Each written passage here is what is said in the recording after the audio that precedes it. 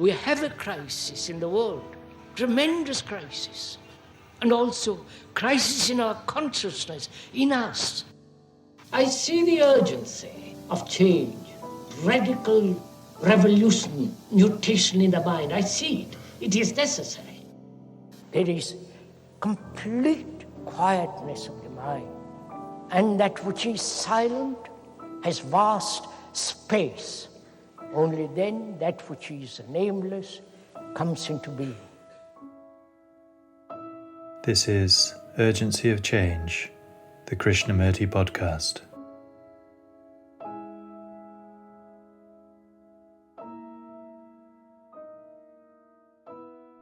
The flowering of goodness can never take place when the mind is respectable, when the mind is conforming to a pattern, the social pattern, an ideological pattern, or a religious pattern. Hello and welcome to episode 269 of Urgency of Change. Each episode of the Krishnamurti podcast is based on a significant theme of his talks. Extracts from the archives have been selected to represent Krishnamurti's different approaches to these universal and timelessly relevant topics. This episode's theme is respectability. Upcoming themes are thinking, sensitivity, and the scientific and religious mind. This is a podcast from Krishnamurti Foundation Trust, based at Brockwood Park in the UK, which is also home to the Krishnamurti Centre. The centre offers a variety of group retreats, including for young adults. There is also a volunteer programme. The atmosphere at the centre is one of openness and friendliness, with a sense of freedom to inquire with others and alone.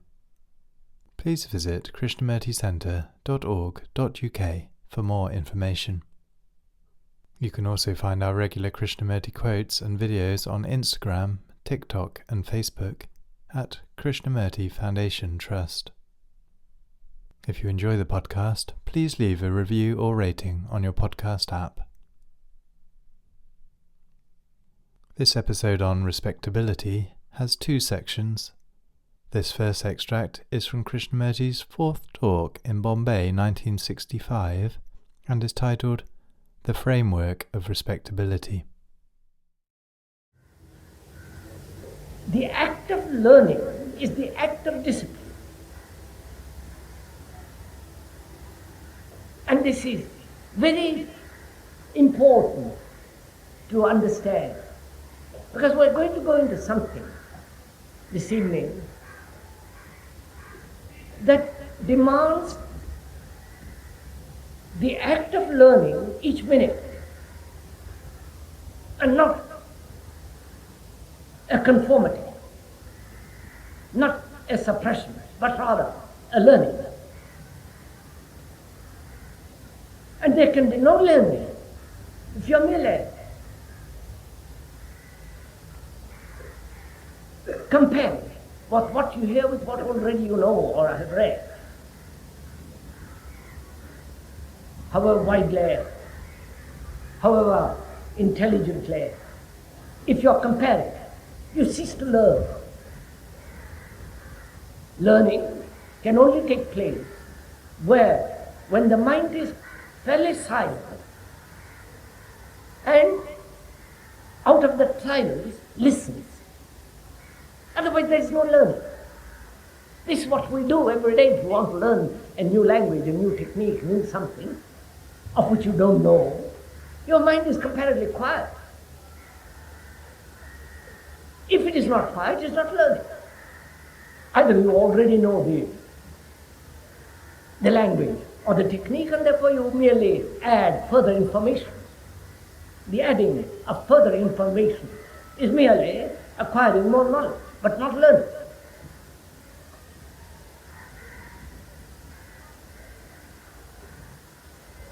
And to learn is to discipline. Because all relationship is a form of discipline. All relationship. And all relationship is a movement. No relationship is static. And every relationship demands a new learning. Even though maybe we had married for 40 years, have established a comfortable, sedate, a respectable relationship with your wife or husband.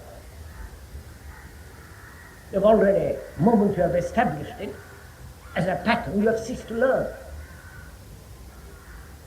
But relationship is a movement, not a static thing. And each relationship demands that you learn about it constantly, because relationship is constantly changing, moving, vital. Otherwise you are not related at all. You may think that you are related, but actually you are related to your own image of the other person, or the experiences of which you both have had, or the pain and the hurt and the pleasure, the image, the symbol, the idea. With that you approach a person. And therefore, you make a relationship a dead thing, a static thing, without any life, vitality, without passion. And it's only a mind that is learning, that is very passionate. We are using the word passion not in the sense of pleasure, heightened pleasure, but rather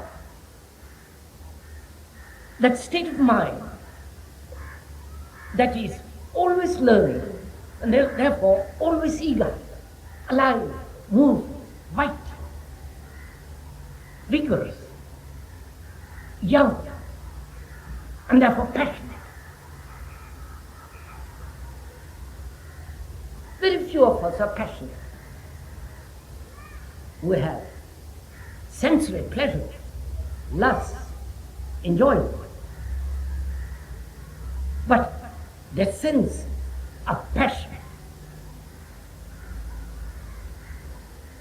most of us have not. Because without passion, in the large sense of that meaning of that word, how can you learn? How can you discover new things? How can you inquire, run with the movement of inquiry?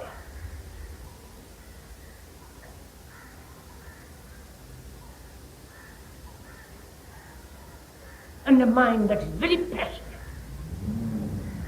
is always in danger.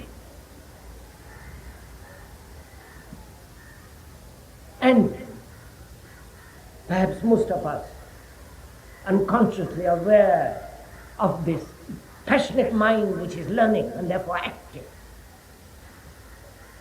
We're afraid unconsciously, and probably that's one of the reasons that we are never passionate. We are respectable. We conform. We accept. We obey. There is the responsibility, duty, and all the rest of those words which we use to smother the act of learning.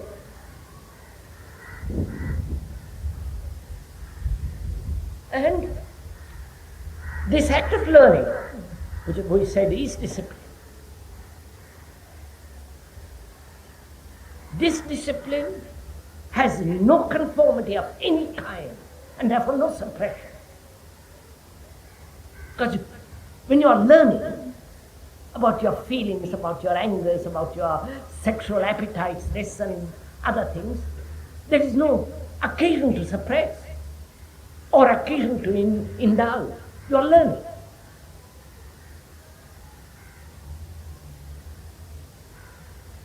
And this is one of the most difficult things to do, because all our tradition, all the past, all the memory, the habits, have set the mind in a particular groove, and we follow easily the groove, and we don't want to be disturbed away from that groove.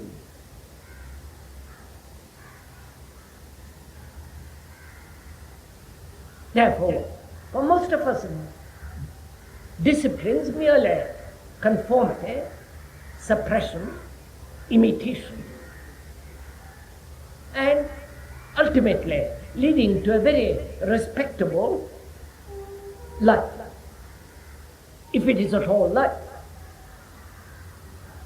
A man caught within the framework of respectability, of suppression, of imitation, conformity, he doesn't live at all.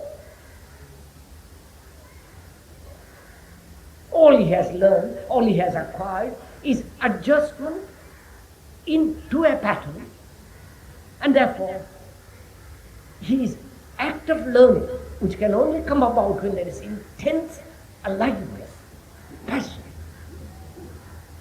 that discipline which has followed his act has destroyed it. But we are talking of a discipline which is the act of learning. The act of learning is every minute. Not that you have learned and apply what you have learned to the next incident. Then you cease to learn.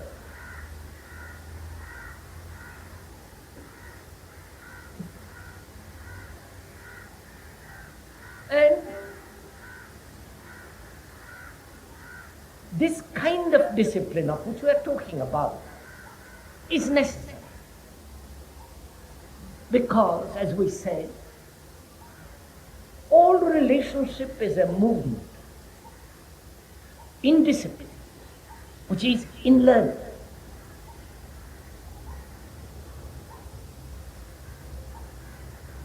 And this discipline, which is the act of learning every minute, is essential to inquire into something which demands a great deal of insight, understanding.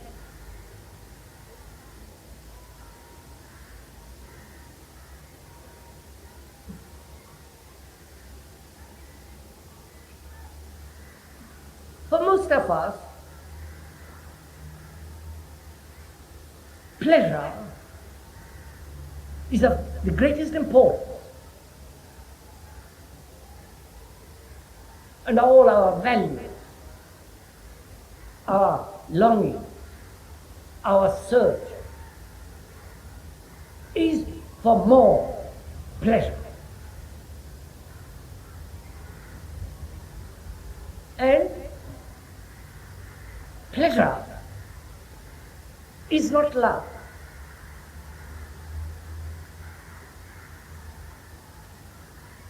And to understand pleasure,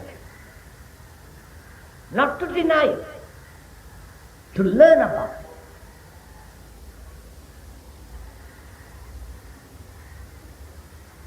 demands that you come upon pleasure with a fresh mind.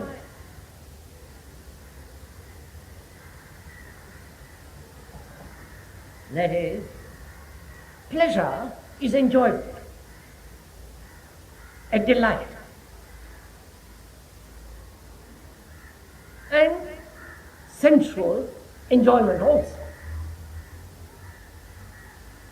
When you see a cloud full of light of an evening, it's a great delight. If you at all look up at the sky, not caught up in your daily worries and amusements and aches,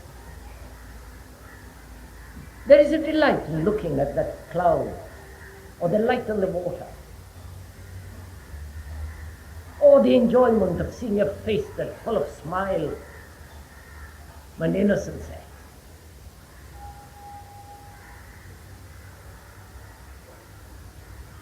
And also there is the sensual pleasure, sensual enjoyment, having a good meal, hearing good music. Both intellectual as well as physical. The sensations of taste, of sex, of ideas, and so on. There is intellectual pleasure, emotional pleasures, and physical enjoyment. All that is pleasure.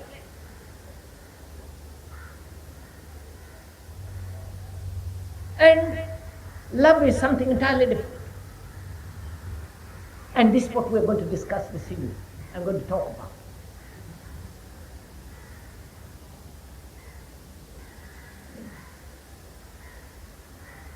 So first of all, to understand pleasure, we must come to it to learn, not to suppress it or to indulge in it.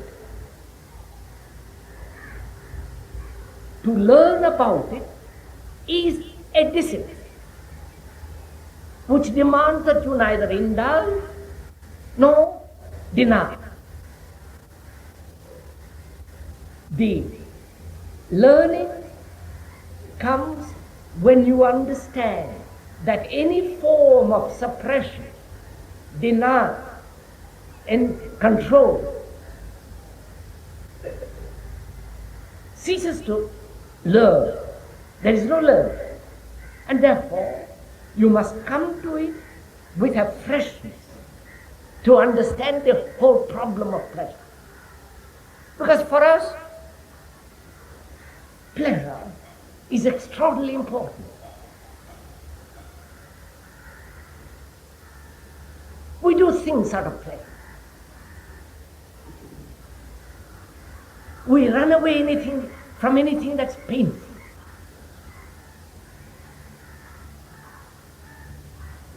And we are used to the values, to the criteria of pleasure.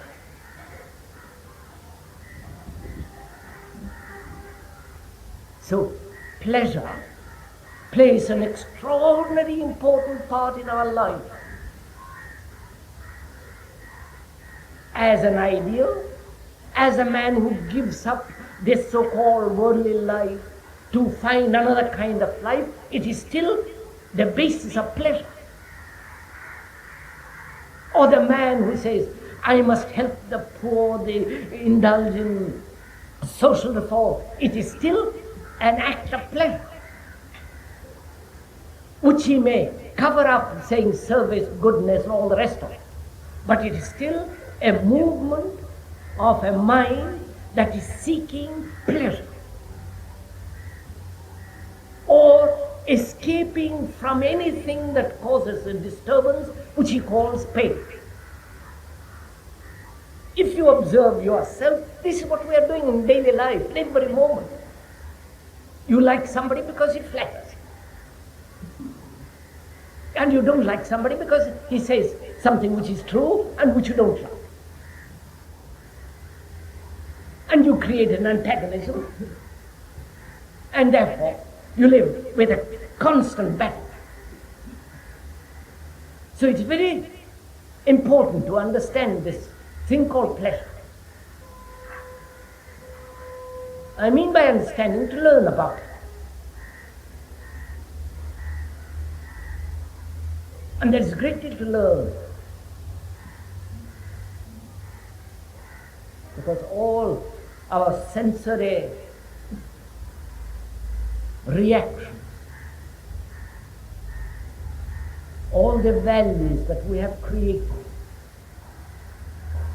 all the demands, the so-called self-sacrifice, the denials, the acceptances, are based on this extraordinary thing, refined or crude form of pleasure.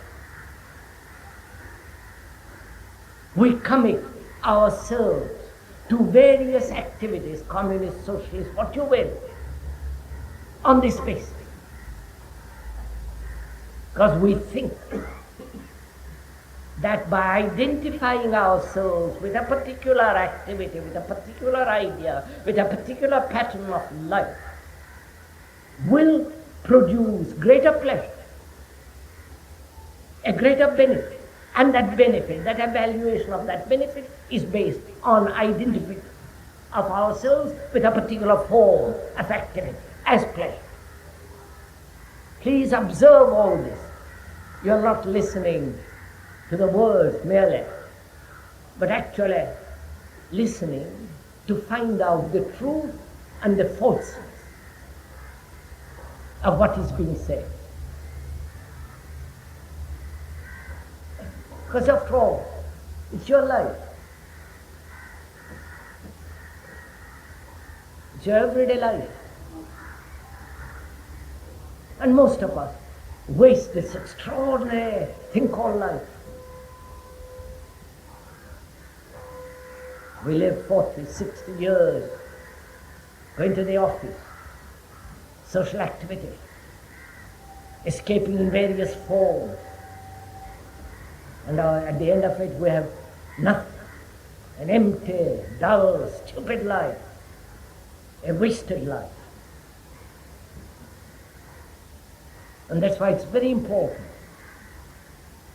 if we would begin anew to understand this issue of pleasure. Because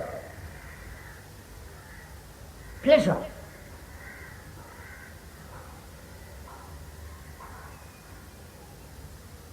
the suppressing or the denying of pleasure doesn't solve the problem of pleasure.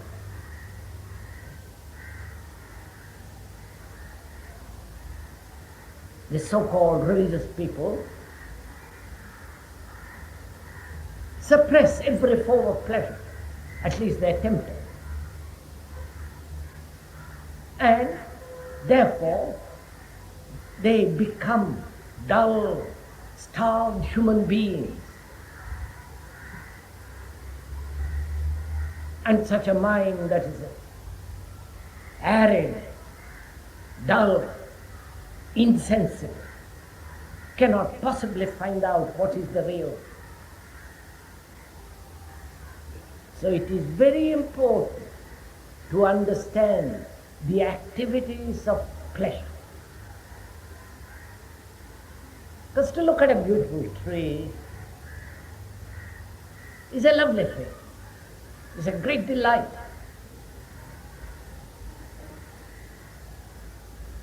What's wrong with that?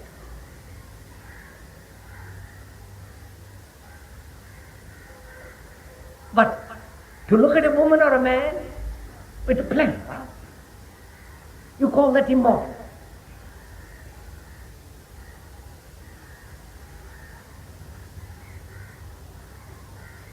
Because to us, pleasure is always involved or related to that one thing, which is the woman or the man. Or the escape from the pains of relationship. And therefore seek elsewhere a pleasure in an idea, in an escape, in a certain activity.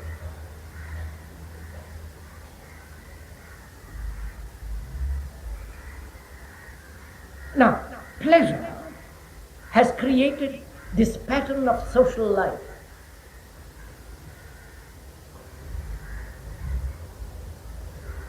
We take pleasure in ambition, in competition, in comparing, in acquiring. Please observe this. Whether it's knowledge, whether it's power, position, prestige, status.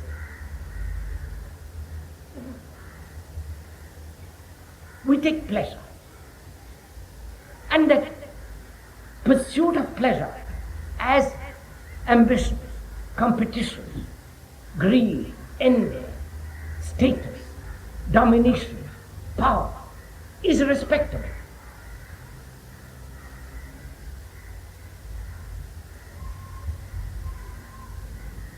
is made respectable by a society which has only one concept, that you shall lead a moral life, which is a respectable life.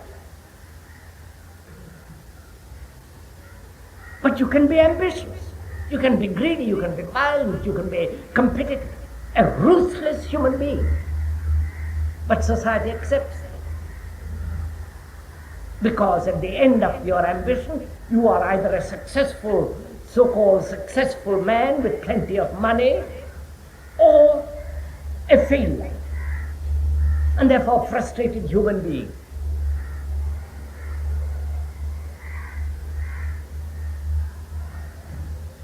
So, social morality is immorality.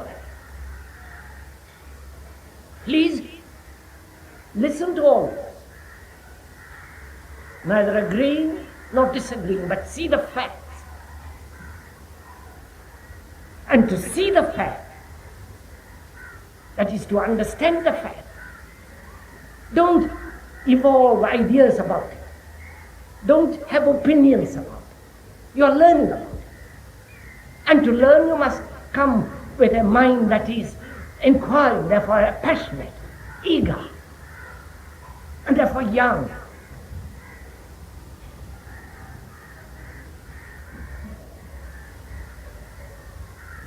So, morality, which is custom, which is habit, is considered respectable within the pattern of society, as long as you're conforming to that pattern. And people revolt against that pattern. This is happening all the time. Revolt, which is a reaction to the pattern. This reaction takes many forms. The beatniks, the Beatles, the Teddy Boys, and so on and on and on and on, which is a reaction. But they are still within the pattern.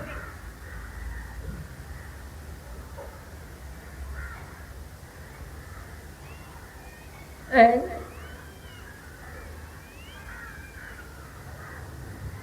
to be really moral is quite a different thing. And that's why one has to understand the nature of virtue and the nature of pleasure.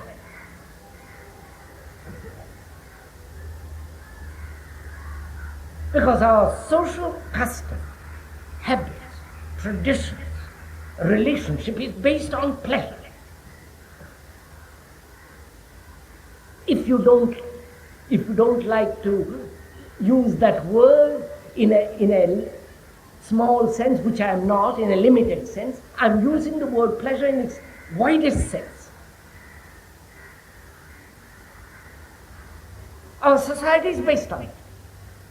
And all our relationship is based on it. You are my friend as long as I comply with you, do what you want, help you to get better business, and so on, so on, so on, so on. The moment I criticize, I'm not your friend. It's so obvious and so silly.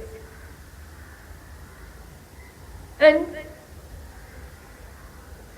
without the understanding of pleasure, you will never be able to understand love.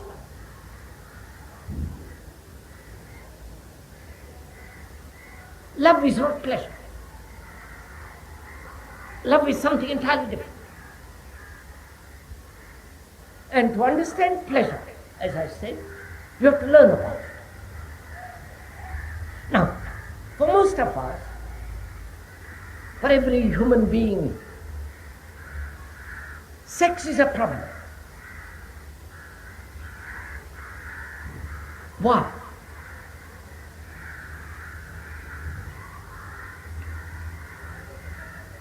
Listen to it very carefully.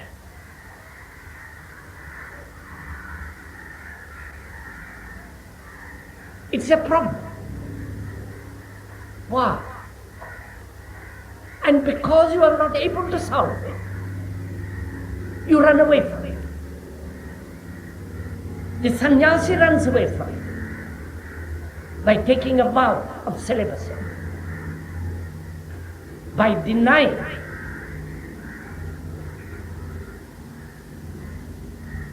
And therefore, see what happens to such a mind.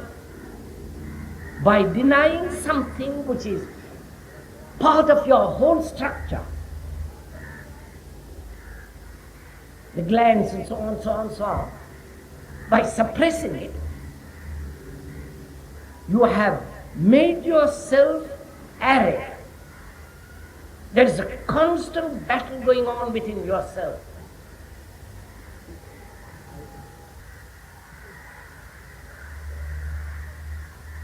We have only two ways of meeting any problem a parent has. Either suppressing it or running away from it, which is really the same. Suppressing or running away are both the same thing. And we have a whole network of escapes, very intricate, intellectual, emotional, and ordinary, everyday activity. There are all various forms of escapes into which we will not go for the moment. But we have this problem. The sannyasi escapes from it in one way, but he has not resolved it. He has suppressed it by taking a vow, and the whole problems is boiling in him. He may put on the outward robe of simplicity, but this becomes an extraordinary issue for him too, and for the man who lives an ordinary life. So, how do you solve that problem? You must solve it, because it's an act of pleasure. You must understand it. How do you solve it? If you don't solve it, then you merely become caught in a habit, it becomes a routine, and your mind becomes dull, stupid, heavy, and that's the only thing you have. And we have to solve it properly.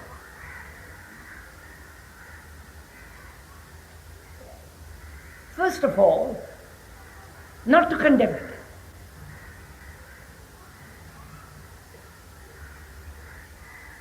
We're going to learn about it.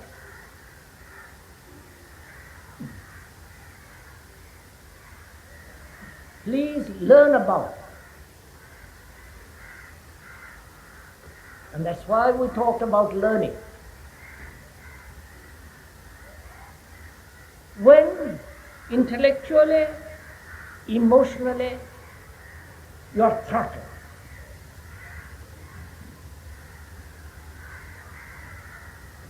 you're merely a repetitive mind intellectually, what other people have said, done, copy, imitate, quote endlessly the Gita or the Upanishads or some sacred book. Intellectually, you are starved, empty, dull. In your office, you are intellectually imitate, copy, day after day doing the same thing. Whether in office or in your factory or whatever you do in your home, the constant repetition. So intellectually, the intellect, you'll say, which must be alive, vital, clear, reasonable, healthy, free. That intellect has been smothered. There is no outlet there is no creative action there. And emotionally, which is aesthetically, that is, emotionally but sensitive, see beauty, to enjoy the loveliness of an evening, to look at a tree and to be intimately in commune with nature. And that too you deny.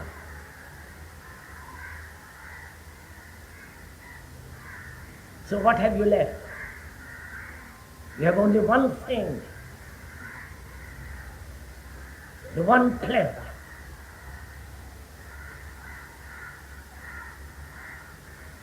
And naturally, when you have only one thing in life which is your own, then it becomes an immense problem.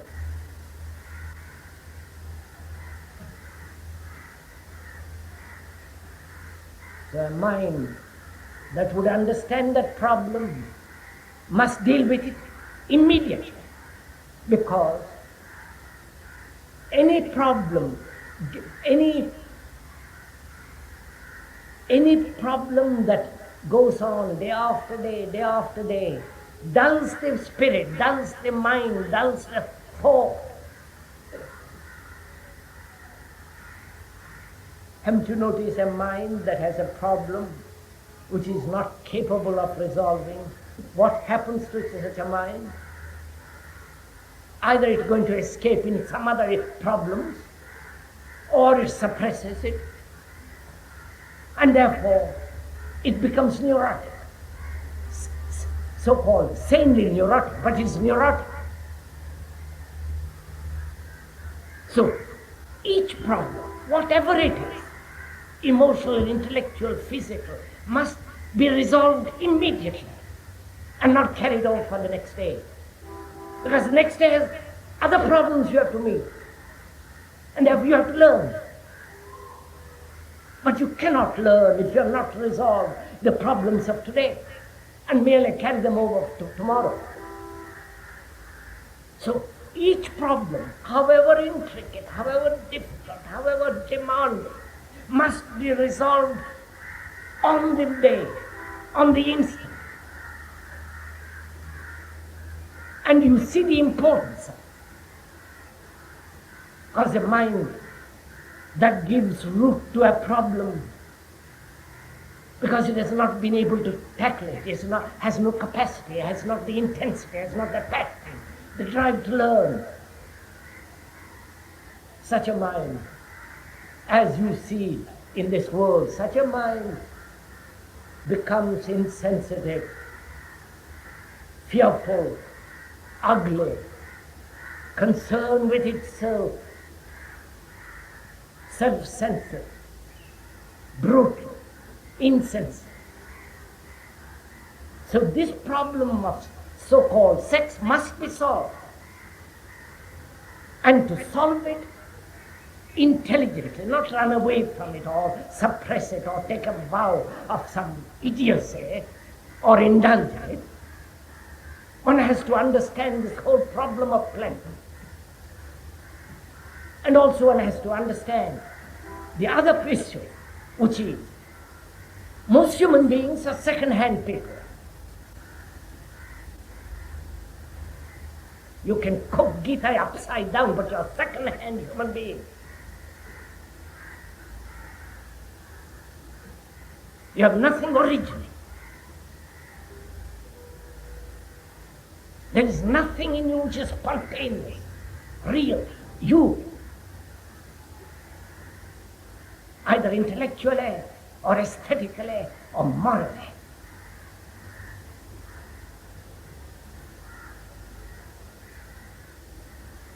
And there is only one thing left: hunger, appetite, as food and sex. There is the compulsive eating as compulsive sex.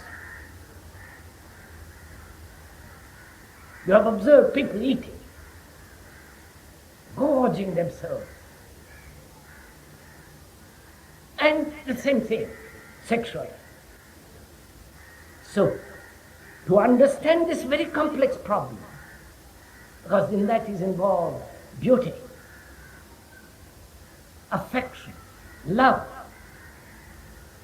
you have to understand pleasure and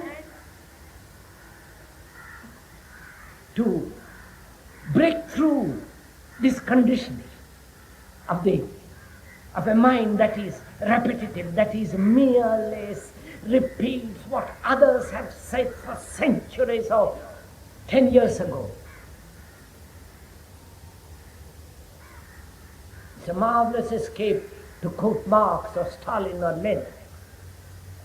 And it's a marvelous escape to quote the Gita, as though you have understood any of it at all.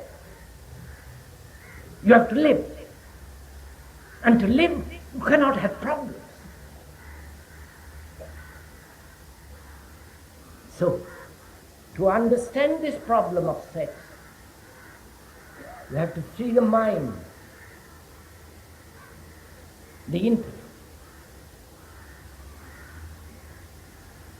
Free so that it can look, it can understand, it can go, move. And also emotionally, which is aesthetically. Look at the trees, the mountains, the rivers. This corner of a filthy street. To be aware of your children, how they are brought up, how they are dressed, how you treat them, how you talk to them. Just see the beauty of a line, of a building, of a mountain, and the curve of a river. To see the beauty of a face.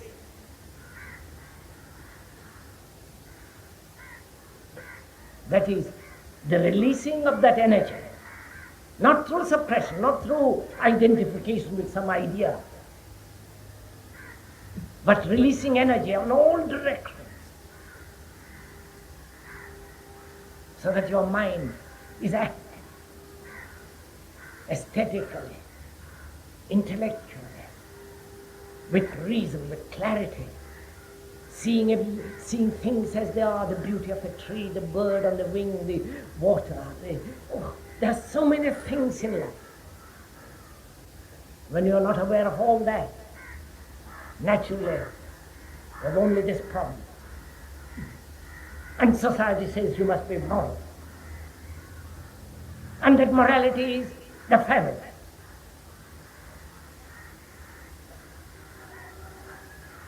And the family becomes deadly when it's confined to the family. That is, you follow the family is the individual which is the family opposed to the many, to the collective, to society. That begins the whole destructive process.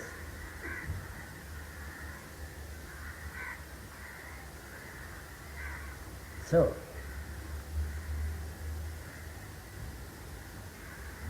virtue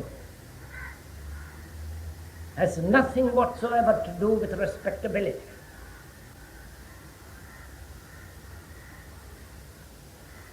Virtue is something like a flower that's flowering. That is not a state that you have achieved.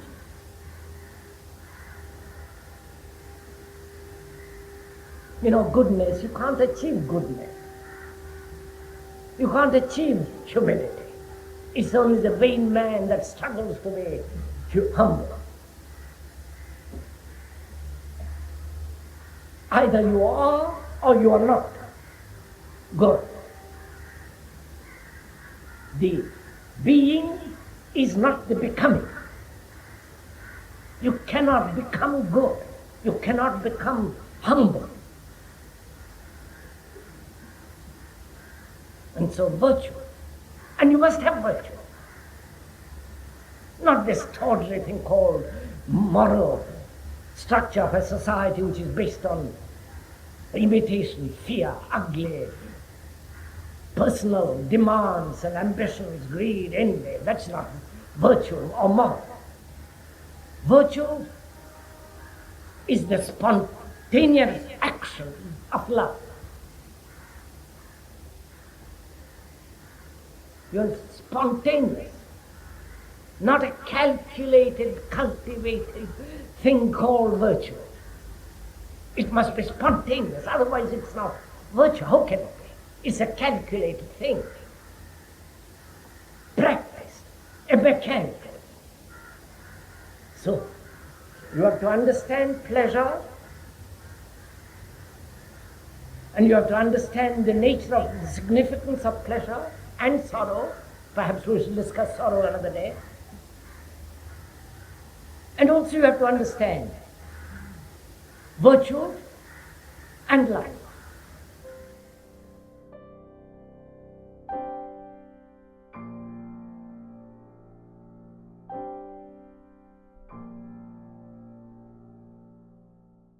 The second and final extract in this episode is from the Sixth Talk in London, 1961, and is titled Respectability and Conditioning.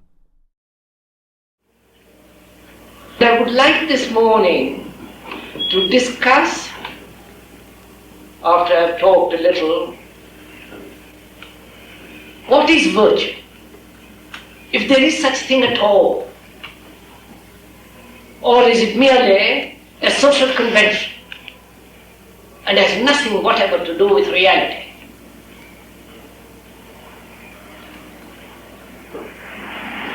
But to comprehend what we would like to discuss, it seems to me that one must approach it with the understanding of what fear is and freeing the mind from it. When there is no fear at all, is there virtue?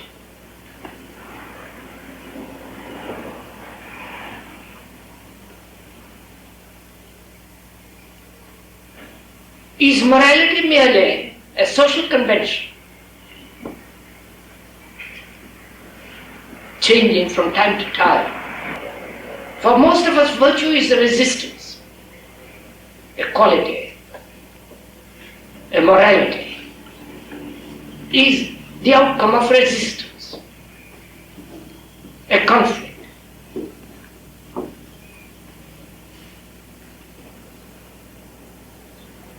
And perhaps virtue may have quite a different meaning. If you can brush aside all the social morality, which is more or less necessary, like keeping the room in order,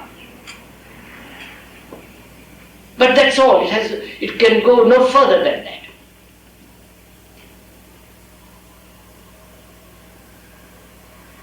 Like having clean clothes.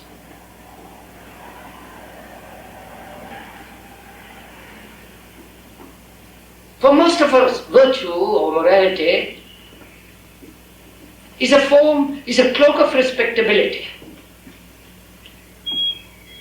And a respectable mind, the mind that conforms, the mind that obeys, that is pursuing authority, is obviously not a free mind, is a mind that is a respectable, purely limited.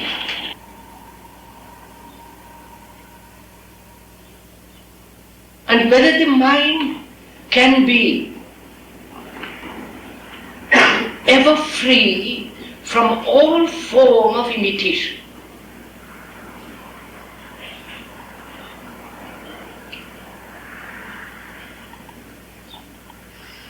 And it seems to me to understand this problem, one has to really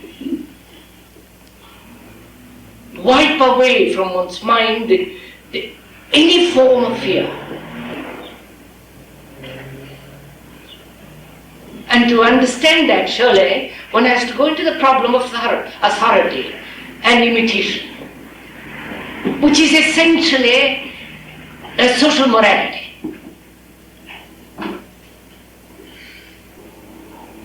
So if we may, let us for the moment consider whether the mind can understand the limitations of imitation, conformity to a pattern.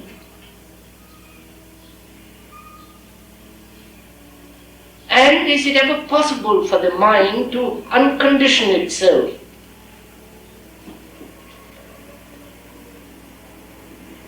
Because really goodness the flowering of goodness can never take place when the mind is respectable, when the mind is merely conforming. Conforming to the social pattern, to an ideological pattern, or to a religious pattern, either imposed from outside or cultivated from within. Why does one follow?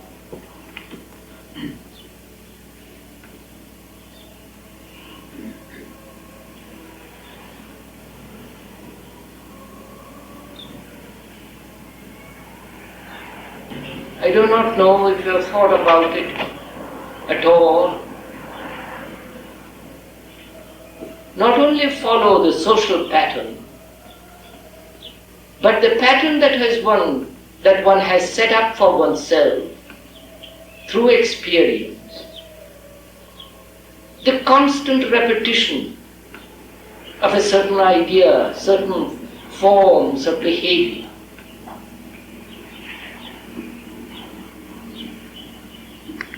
And the authority of the book,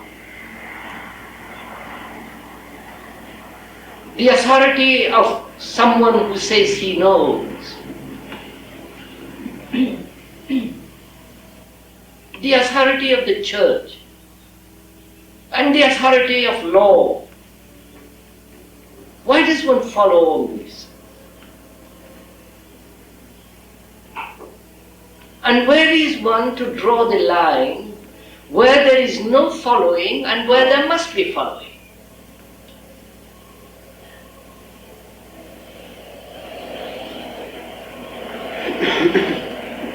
The following of law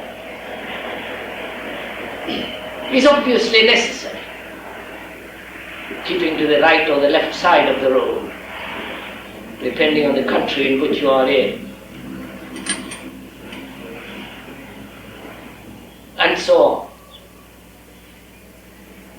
And where does authority become detrimental? Evil.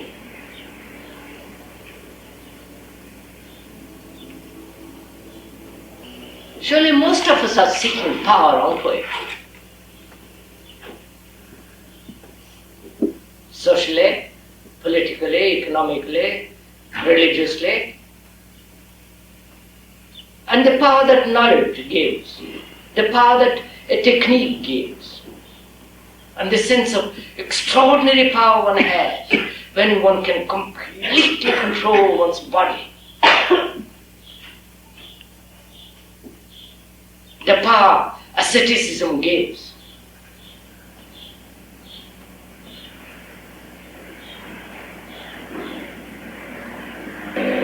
Surely, all that is imitative process. All that is a conforming to the pattern in order to derive certain power, certain position, certain vitality.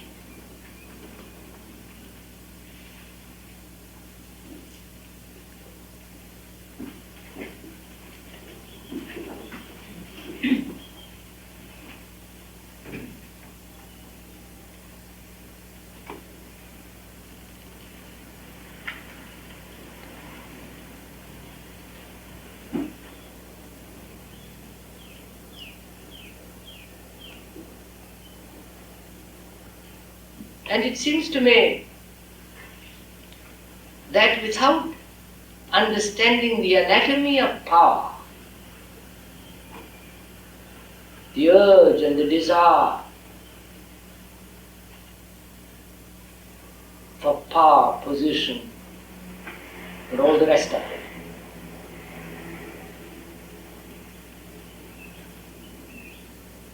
mind can never understand or be in that state of humility which is not the thing that is put together.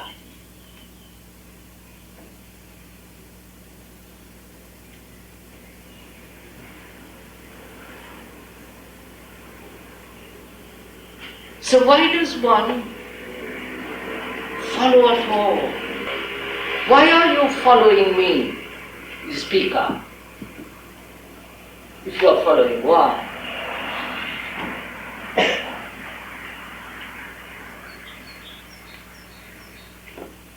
or are you following or listening?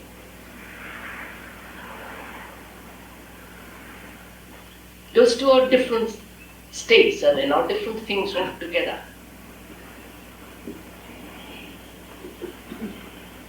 You follow when you want to achieve or arrive or gain something, which the speaker is supposed to be offering.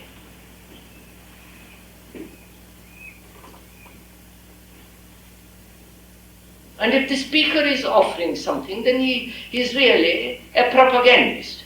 He's not a truth seeker.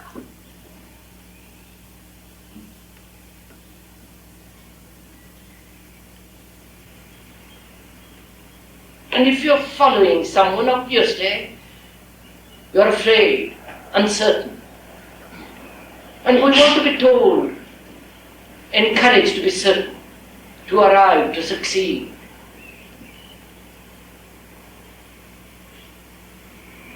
But if you're actually listening,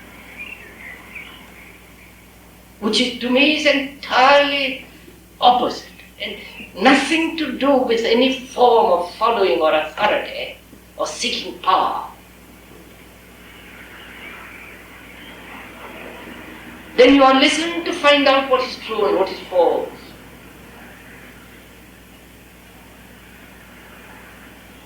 Which doesn't depend on opinion, on knowledge. You're listening to see what is true or what is false. Now, how do you discover what is false and what is true when you are listening?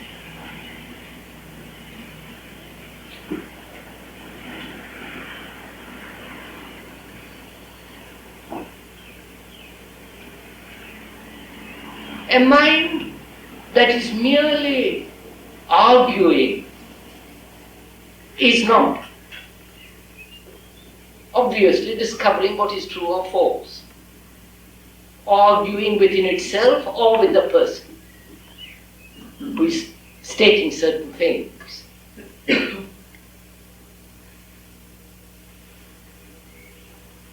One is obviously not listening when that listening merely provokes a reaction.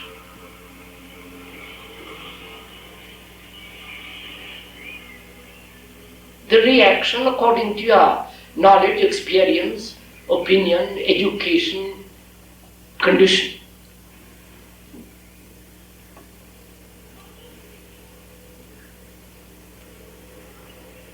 You are not listening, obviously, when you are making an effort to find out what the other fellow is saying. Because your whole concern then goes into making the effort to find out.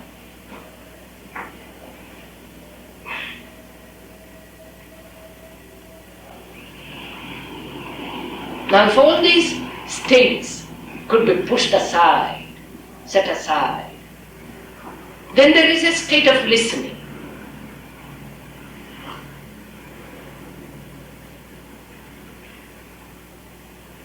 Which is attention. Attention is not concentration.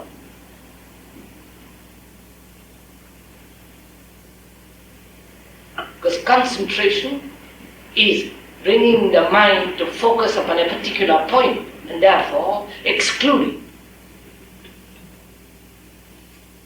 Whereas attention is comprehensive.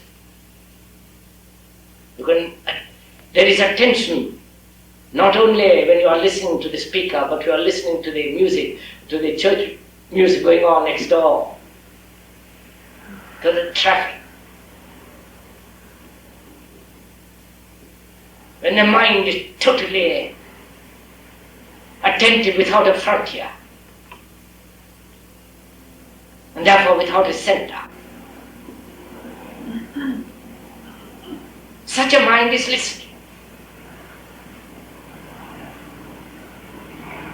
When such a mind sees what is true or what is false immediately, without argument, without a reaction, without any form of deduction, induction, and all the rest of it, all the tricks of the mind. It is actually listening, and therefore in that very act of listening there is a revolution, there is a fundamental transformation.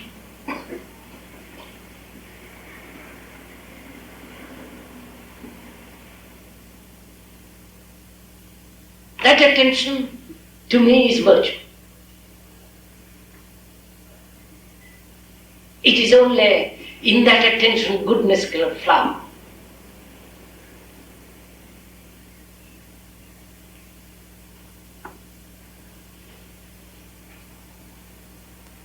This simple goodness, being good, without all the intellectual trimmings, without any influence of society, education. And perhaps that attention is love. And love is not a virtue as we know. And when there is such love, then there is no sin, then one can do what one will.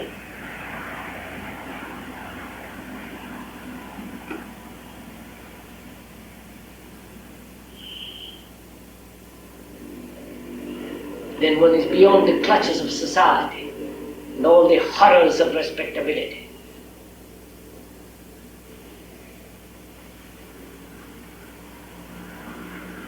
So we must find out for oneself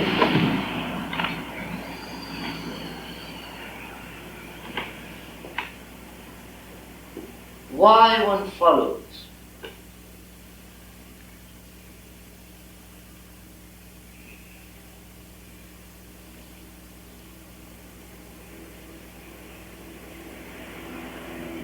Why one has this tyranny of authority.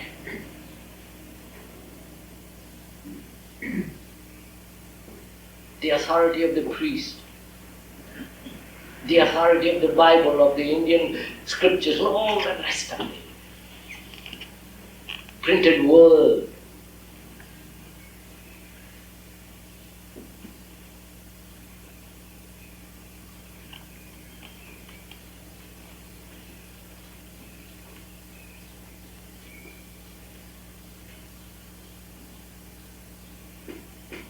After all, if one does reject the authority of society, I don't mean the rejection brought about by the beatniks and the English version of that, or the French version. And there are many in Italy, and so on, so on, so on, all over the world.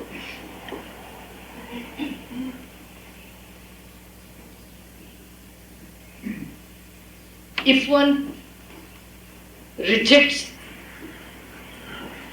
not as a reaction, but really sees the futility of this outward conformity to a pattern, which is so destructive to a mind that wants to find out what is true, what is real. If one rejects the outer, is it possible to reject the inner, which is experience? To put away experience. For most of us, experience is the guide as knowledge. I know, I believe, I've had experiences. I must do what those experiences tell me. They become the authority. And perhaps that's far more evil,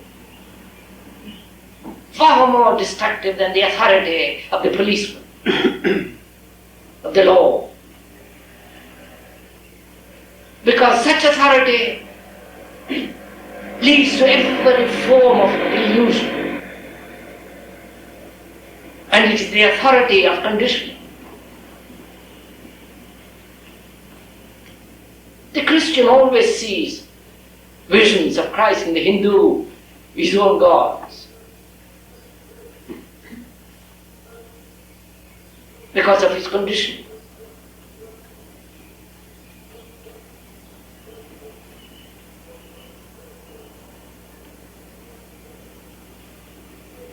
And that very seeing of those visions and all the rest of it makes him extraordinarily more respectable, and he becomes a saint.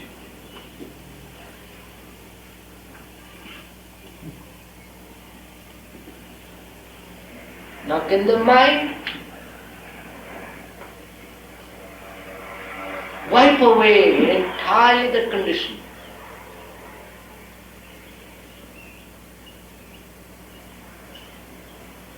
The conditioning of centuries.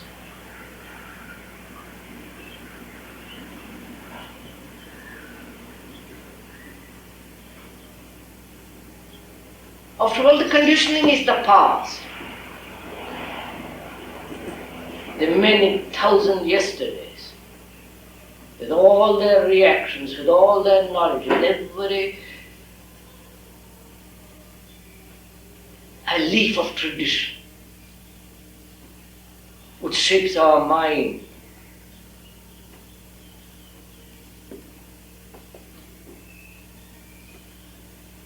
Do seriously consider this.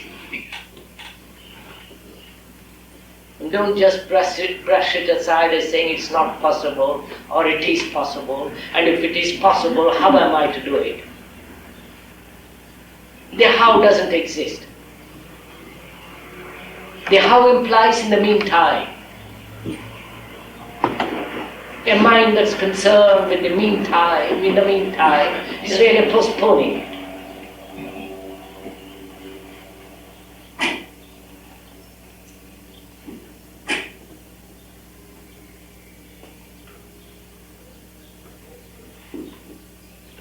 And if you think it is not possible to uncondition the mind entirely of all the beliefs, to brainwash it so as to become a capitalist or a communist,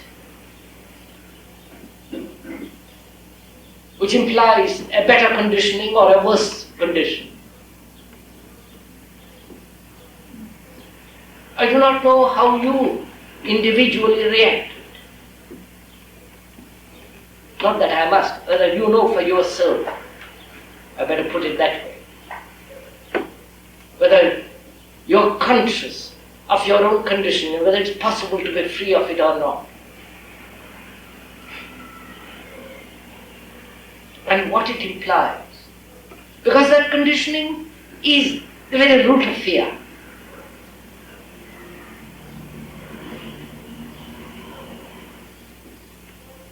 And where there is fear, there is no virtue.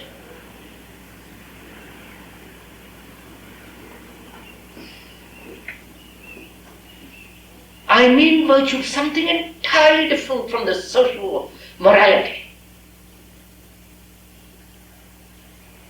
The right thing to do.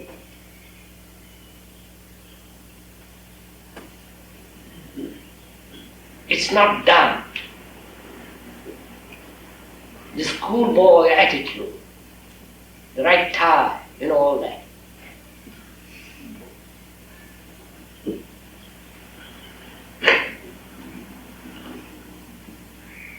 And whether the mind can really be free of conditioning.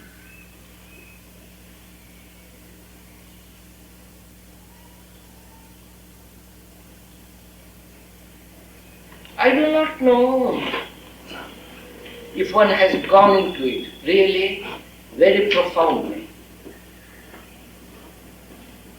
Whether one has the mind, the intelligence to do it. Or one merely repeats it's possible or it's not possible. Because it requires a great deal of intelligence.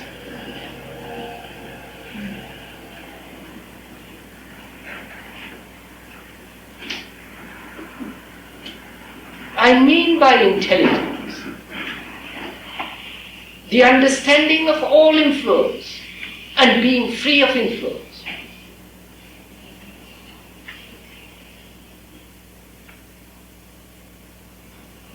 Because influence is the condition.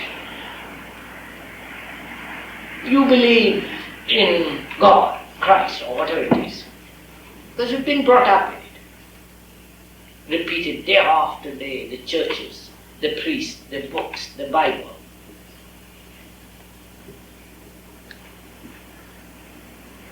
In other parts of the world, they don't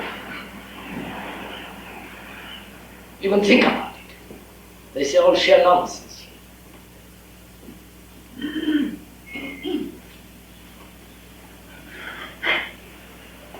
Well, in India you're told Jesus is the only, Christ is the only Saviour. They say, well, we're also our Saviours. And push it aside. So whether the mind which has been influenced for centuries upon centuries, not for just one day,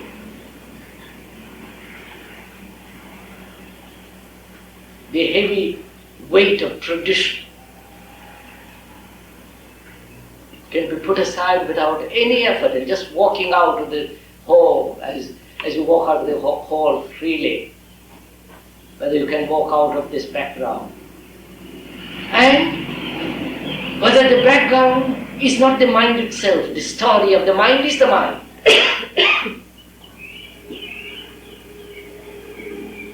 I don't know if I'm making myself clear.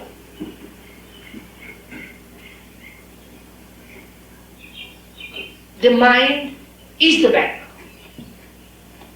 The mind is tradition. The mind is the result of time.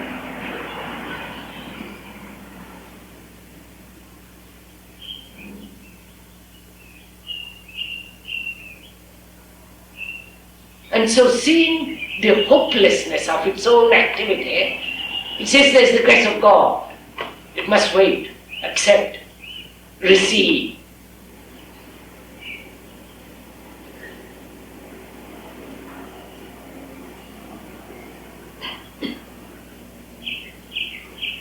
That's also another form of influence.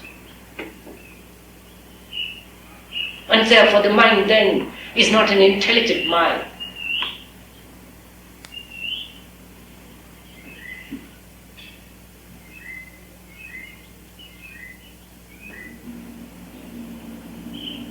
Then what is one to do? I'm sure one has gone through all this.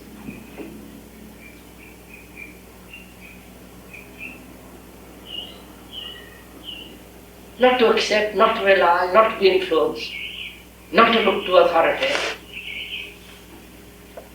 and to realize the mind itself cannot do anything. It is its own slave, it has created its own conditioning. And whatever the reaction to that conditioning is further conditioning.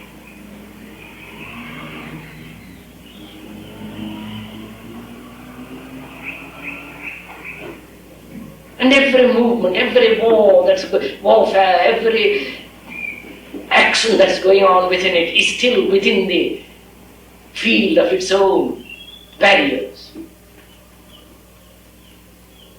If one has actually, not theoretically, intellectually, verbal, but actually gone into it as far as that,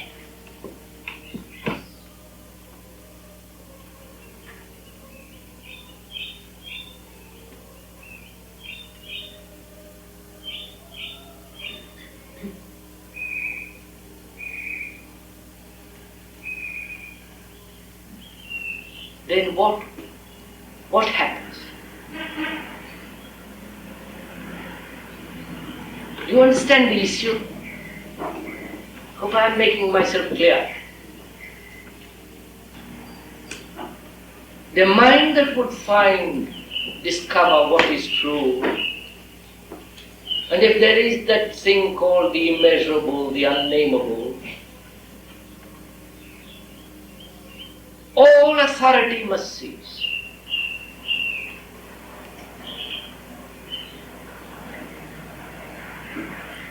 The authority of the law as well as the authority of experience. Which doesn't mean that I revolt go the wrong side of the road. But it does mean that that the mind rejects the authority of all experience, which is knowledge, which is the word.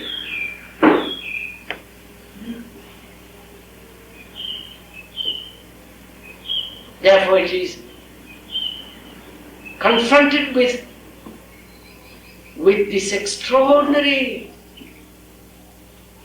subtle form of influence. And when one has walked through all those forms of influences, then the mind is intelligent. That is the really intelligent mind.